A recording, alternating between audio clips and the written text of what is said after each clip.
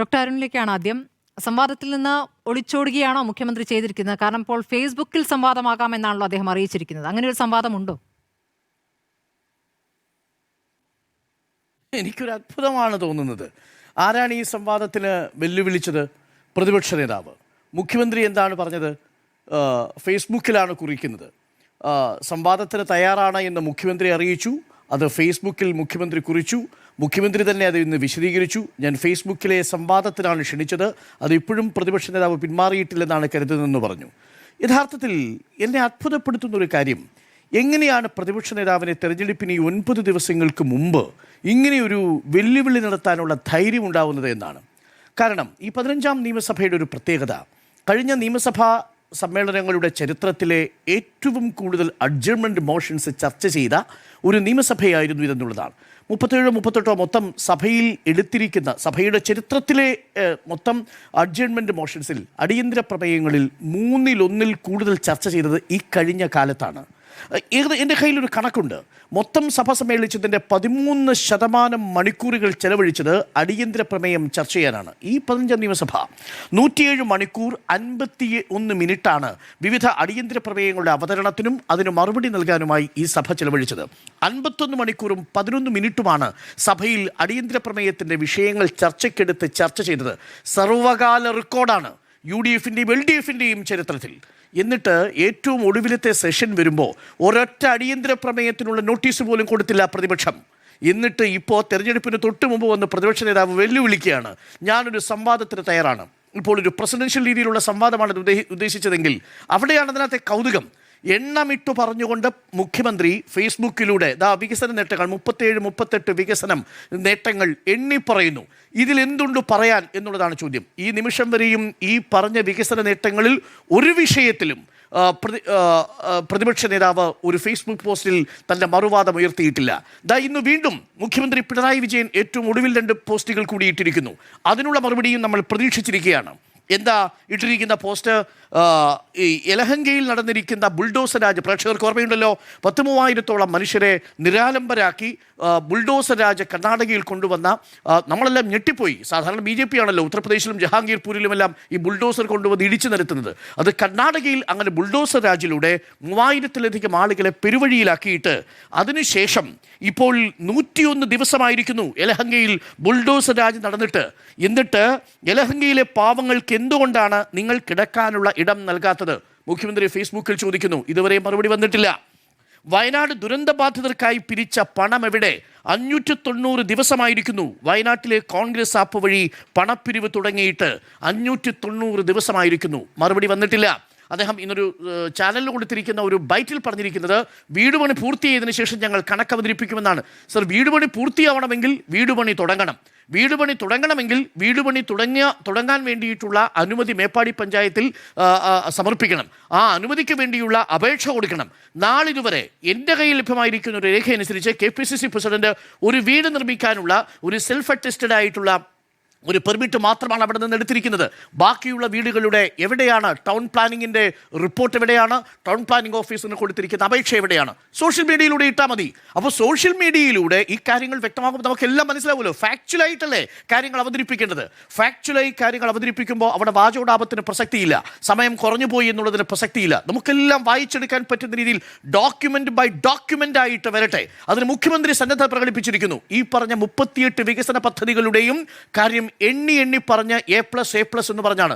തർക്കമുണ്ടെങ്കിൽ നമുക്ക് അവിടെ ചർച്ച ചെയ്യാമെന്നേ, രേഖകൾ വെച്ച് ചർച്ച ചെയ്യണം. അതാണ് ഇനി കേരളം 7-8 ദിവസം ഇതൊരു പുതിയ മാതൃകയായിട്ട് മാറട്ടെ.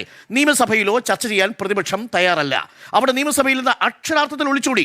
ആദ്യം പറഞ്ഞു ശബരിമലയിലെ സ്വർണ്ണക്കൊള്ളയുമായി ബന്ധപ്പെട്ട് CBI അന്വേഷണം വേണമെന്ന് പറഞ്ഞു. അത് ഹൈക്കോടതിയുടെ നേതൃത്വത്തിൽ SIT അന്വേഷണം നടക്കുന്നുവെന്നും ഹൈക്കോടതിയായ SITയുടെ അന്വേഷണത്തിൽ തൃപ്തരാണെന്ന് കണ്ടപ്പോൾ ഇപ്പോൾ CBI അന്വേഷണം വേണ്ട, SITയുടെ അന്വേഷണം മതിയെന്നായി.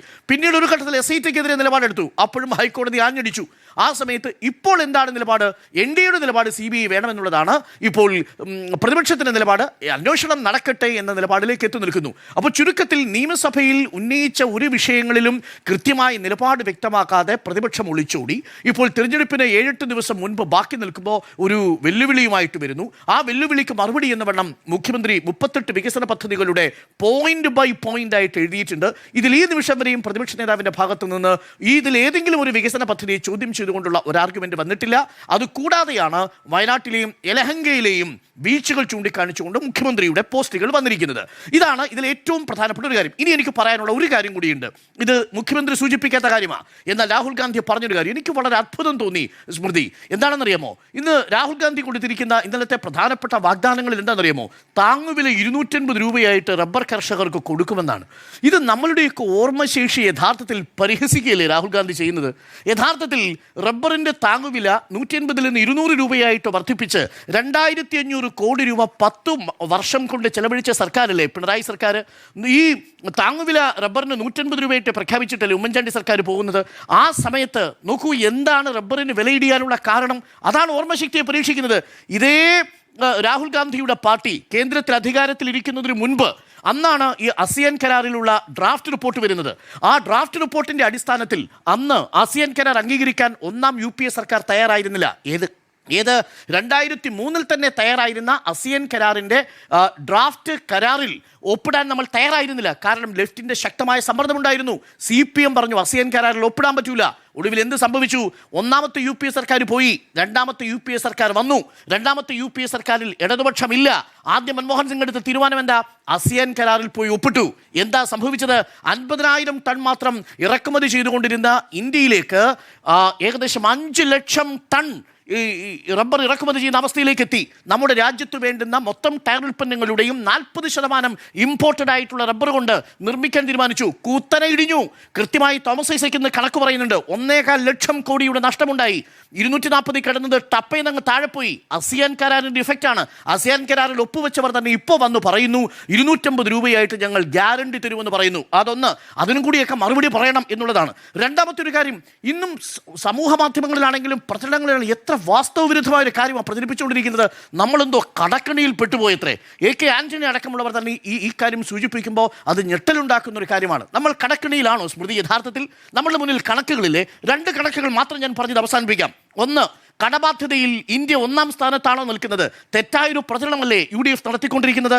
കടബാധ്യതയിൽ പൊതുകടത്തിന്റെ മാത്രം കണക്കിലെടുത്ത് നോക്കിക്കഴിഞ്ഞാൽ, അതായത് നമ്മുടെ ബഡ്ജറ്റിൽ നിന്ന് പലിശയും മുതലും കൂടി കൂട്ടി അടയ്ക്കേണ്ടതിന്റെ കണക്കെടുത്ത് നോക്കിയാൽ ഇന്ത്യയിൽ 15-ാം സ്ഥാനത്താണ് നമ്മുടെ സംസ്ഥാനം.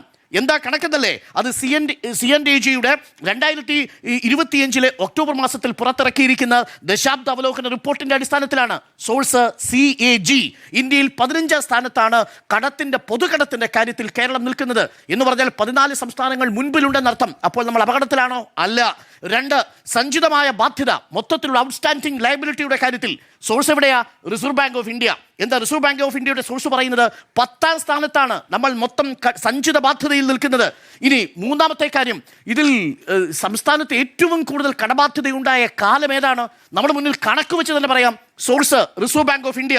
ഞാൻ പറയാം, 2011-2016 2011-2016 83,963 കോടി രൂപയായിരുന്ന കേരളത്തിന്റെ സാമ്പത്തിക ബാധ്യത അഥവാ കടം 93% വർദ്ധിച്ച് 1,62,271 കോടി രൂപയായി. 2011-2016 ഭരിച്ച സർക്കാർ ഏതാ? ഉമ്മൻചാണ്ടി സർക്കാർ. അപ്പോൾ 93% കടബാധ്യത വർധനമുണ്ടാക്കിയ ഉമ്മൻചാണ്ടി സർക്കാർ. ഇനി പിണറായി സർക്കാരിൻ്റെ 2-ാം ഘട്ടത്തിലേക്ക് വരൂ. 2021-26 എത്രയാ നമ്മളുടെ കടബാധ്യത വർദ്ധിച്ചത്? നോക്കൂ, 3,10,886 നിന്ന് 4,99,503 വളർന്നു. എത്രയാ വർധനവ്? 61.38%. 93% കടബാധ്യത വരുത്തി വെച്ച ഉമ്മൻചാണ്ടി സർക്കാരിൻ്റെ കാലത്താണോ കടബാധ്യത കൂടിയത്? അതോ 63% കടബാധ്യത ഉയർന്ന 2-ാം പിണറായി സർക്കാരിൻ്റെ കാലത്താണോ? 63-നേക്കാൾ കുറവാണോ 93 എന്നതുകൂടി പ്രതിപക്ഷ നേതാവ് ഇനി സംവാദത്തിന്റെ ഭാഗമായി പറയണം എന്നുള്ളതാണ്. ഞാൻ അവസാനിപ്പിക്കുന്നു. അപ്പോൾ പ്രതിപക്ഷ നേതാവിന് ഫേസ്ബുക്കിലൂടെ നൽകിയ ചോദ്യത്തിന് ഈ നിമിഷം വരെയും VD സതീശൻ്റെ പ്രതിപക്ഷ നേതാവിൻ്റെ ഫേസ്ബുക്ക് വാളിൽ ഒരു മറുപടി വന്നിട്ടില്ല എന്നാണ് ഞാൻ മനസ്സിലാക്കുന്നത്. ഇത് ഒളിച്ചോട്ടമല്ല, ഒരുപക്ഷെ സമയമെടുക്കുന്നതാവാം. പക്ഷേ വസ്തുതകൾ നിരത്തിയുള്ള സംവാദത്തിന് ഫേസ്ബുക്കിലൂടെ ആണെങ്കിലും സോഷ്യൽ മീഡിയയിലൂടെ ആണെങ്കിലും ഫാക്സ് നിരത്തിയുള്ള ഒരു സംവാദത്തിന് അത് കേൾക്കാൻ താല്പര്യമുണ്ട്. എങ്ങനെയാണ് സർക്കാരിൻ്റെ വികസന നേട്ടത്തെ പ്രതിപക്ഷം പൊളിക്കുന്നതെന്ന് കാണാൻ എനിക്കും ആഗ്രഹമുണ്ട് സ്മൃതി.